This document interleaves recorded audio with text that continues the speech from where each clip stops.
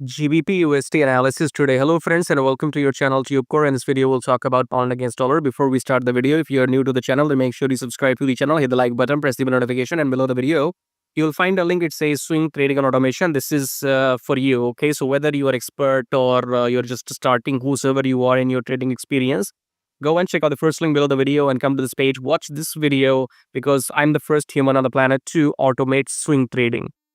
Understand? You will not understand until you watch this video. So go and check out the first link and come to this page and watch this video, and the Telegram here. So go and join Telegram if you want some free signals. Coming back to the chart, starting the top down approach with the weekly time frame. Weekly we are in the uptrend. Okay, so weekly we are above the EMA. As you can see, this was your rejection, so it's prudent. Okay, last week, which ended on 8th of September, if you saw this rejection, then this week was obviously you had to make money. If you went long from Monday, let's see, if 3500, so you made 70 pips. Not many pips, but still you won. Okay, coming back to daily chart, daily we are doing zigzag, so no breakout yet.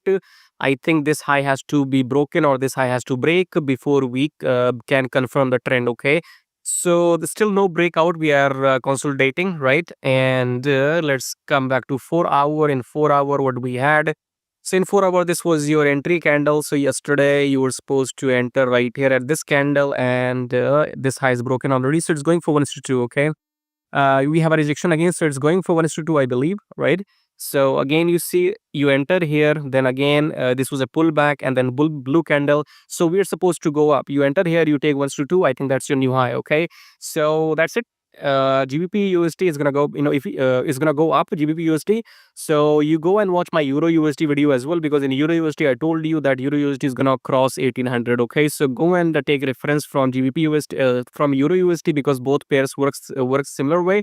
So if Euro is gonna go up, then GBP is gonna go up as well.